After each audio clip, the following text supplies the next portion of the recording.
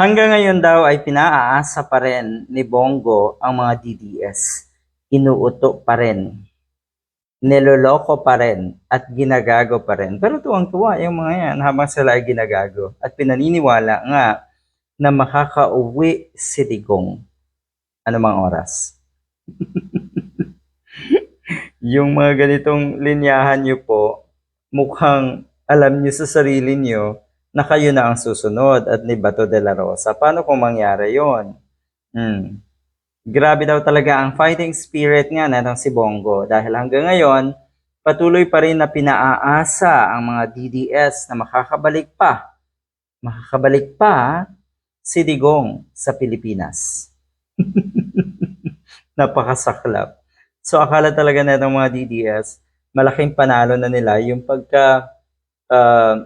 yung desisyon na ibalik sa Kamara, sa lower house, ang impeachment articles laban kay Sara Duterte. Nako po, hindi nyo ba alam? Nakalimutan nyo na ba na 3 buwan na kayong nagnganganak dahil sa pagkakakulong nga kay Digong. At eto pa, may mga kaalyado si Digong katulad ni Bongo na lalo kayong ginagago, lalo kayong pinapaasa. Accused ng crime against humanity si Digong. At kung mahatulan ng guilty ng ICC, minimum of 30 years ang sentensya sa kanya. 30 years. Hindi ko naman pwedeng sabihin uli na kay Senator De Lima ang huling halakhak. Pero yun ang pinupunto ng utak natin. Diba?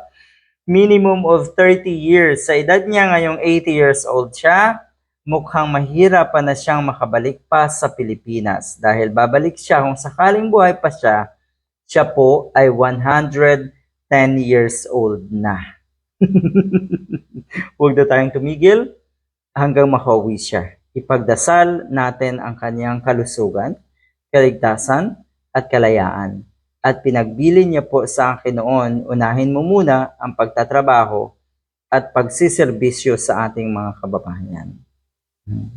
Drama ba ito ni Bongo? Kasi ang sinasabi nga ng mga kababayan natin, wala daw panahon, wala daw oras itong si Bongo para nga bisitahin si Digong. May plano rin daw kasi ito eh.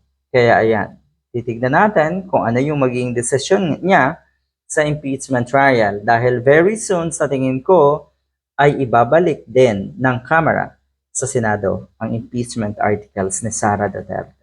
Tignan natin, yung mga bali-balita nga na itong si Bongo nga ay gustong maging presidente.